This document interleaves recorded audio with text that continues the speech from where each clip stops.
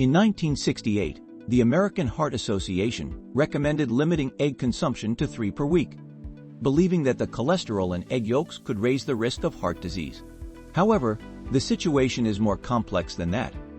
Let's take a closer look at digestion to understand why. When you eat a meal, your body breaks down fats into small droplets called lipid droplets, which are absorbed in the small intestine. These droplets then travel to various tissues, including the liver, where they are repackaged into lipoproteins, lipid protein packages that can travel through the bloodstream. Lipoproteins come in different types, each with a unique balance of fat and protein, affecting their density. One type of lipoprotein, very low-density lipoprotein, VLDL, is mostly made of fats like triglycerides and cholesterol. VLDL delivers these lipids to your muscles and fat cells to be stored or used for energy. Later, VLDL is converted into low-density lipoprotein, LDL, often referred to as bad cholesterol, because it can accumulate in blood vessel walls, leading to inflammation. This inflammation attracts white blood cells called macrophages to clean up the buildup. However, too many lipids can overwhelm macrophages, causing more inflammation and attracting even more macrophages. Over time, these cells form a fibrous cap around the buildup, narrowing the artery and making blood flow harder, increasing the risk of blood clots or ruptures. On the other hand, high-density lipoprotein, HDL, often called good cholesterol, is richer in protein. HDL helps remove excess LDL from the blood and transports it back to the liver for excretion.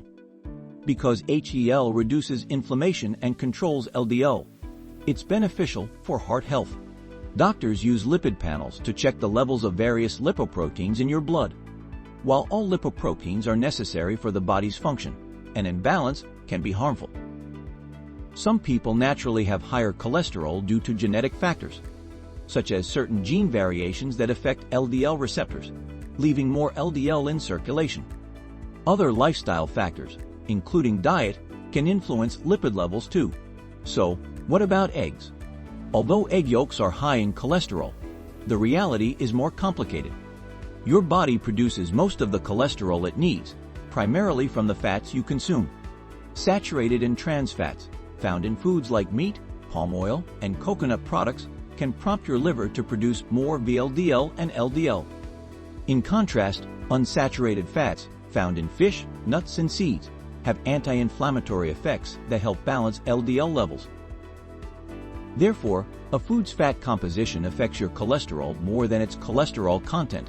Egg yolks do contain some saturated fat, but not a lot, and they also provide unsaturated fats. In general, eating 1 egg per day is considered healthy. However, it's not just about the fats you eat, but what you eat them with. Fiber-rich foods like fruits, vegetables, and whole grains can help lower LDL by affecting how fats are absorbed during digestion. In addition to diet, exercise also plays a role in managing cholesterol.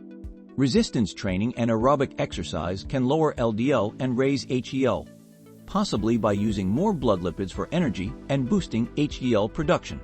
Meanwhile, smoking can raise LDL levels, possibly by releasing free radicals that damage lipids and blood vessel walls. If lifestyle changes don't lower cholesterol, medications can help. Statins block the liver enzyme that produces LDL, while other drugs boost the enzymes that break down triglycerides or increase LDL receptor activity, helping remove LDL from the bloodstream. In the end, when it comes to cholesterol health, it's important to consider the bigger picture, what you eat and your overall lifestyle, so things don't get all mixed up. Thanks for watching this video.